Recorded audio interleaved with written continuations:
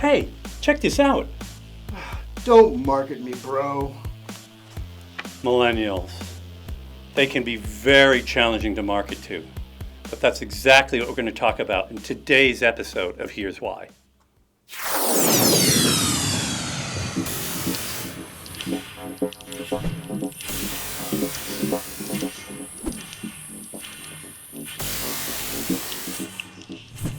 So Eric, who or what is a millennial? Well, the textbook definition is that's someone who came of age in the year 2000. So, got 18 or so around about 2000.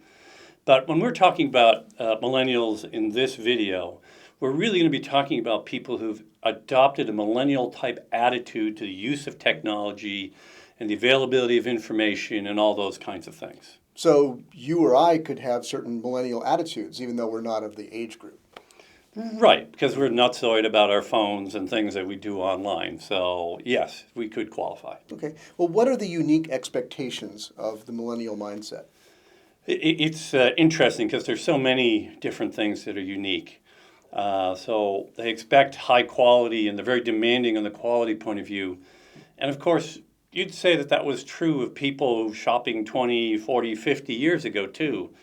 But what's different today is their ability to see the alternatives that are available is so much greater that they have the ability to be more demanding about the quality of things. Lots of choices. Yes. Mm-hmm. And they also don't like to be marketed to. So they want to see things that are educational or entertaining or engaging, things that make it worth their time to spend time on your pages, even if they're there to buy something. They also look for a high level of authenticity. So it's really pretty easy for them to recognize when someone's being inauthentic or not genuine. And, again, as I said before, it also relates to because there's so many other people doing it the right way. I mentioned the engagement thing. Well, gosh, why do I need to be engaging? Well, because your competition is. And they're using that to create brand and relationship and reputation. And they also look for speed. Speed might be as simple as if they tweet something related to your brand, they look for really fast responses to that.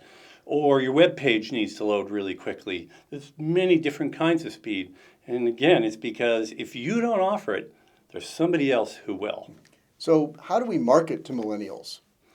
Well, the first thing it's important to understand is you basically need permission to do it. In other words, you're only going to be able to market to them if they let you.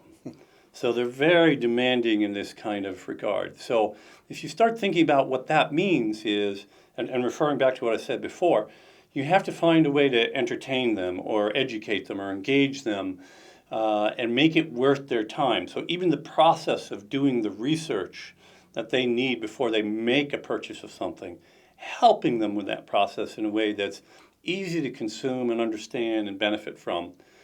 And they also look for experiences online, and they want to have relationships or feel like they have a relationship with a brand. Which, by the way, to be fair, having a relationship with a brand might mean that they just see you publishing a lot of good stuff and they develop an affinity for you because of it. Doesn't mean that every single one of your potential customers has to have a long conversation with you. And then you also have to think about your place in the marketplace. You have to stand out in some regard. And to me, there's two major ways to do that. One is to be the best, or at least one of the best, or the cheapest, or arguably the one that's most local or easiest to get to. So those are really the kinds of ways you can stand out.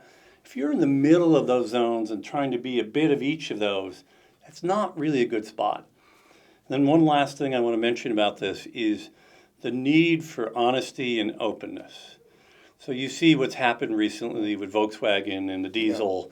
Arguably that was a lack of authenticity and not very honest and open, and they took a big hit. Yeah. Now, it occurs to me, Eric, that some of our viewers might think that the millennial age group is not their target market, not their most likely customers.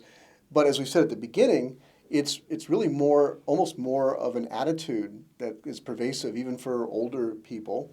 But also, even those millennials in that specific age range, they're beginning to take over, aren't they? They are. So to take that in two parts, yes, people like you and I have a lot of attributes shopping online like a millennial do because we have that level of connectivity. And then in terms of the buying power of the millennials, I'm going to quote something or at least take a factoid from Dwayne Forrester. And that is that the millennials, over the next couple decades, they're going to inherit $7 trillion of wealth. Whoa. Seems like most businesses ought to want a piece of that. Yeah, maybe 2%. That's all we ask for, right? Get a little chunk of that. You got it. It'd be nice. Thank you, Eric, for these insights about marketing to millennials. And if you'd like to know more about this topic, please check out the link that we've got on your screen right now. Eric's got a great slide deck about that and some more details that you can learn about marketing millennials.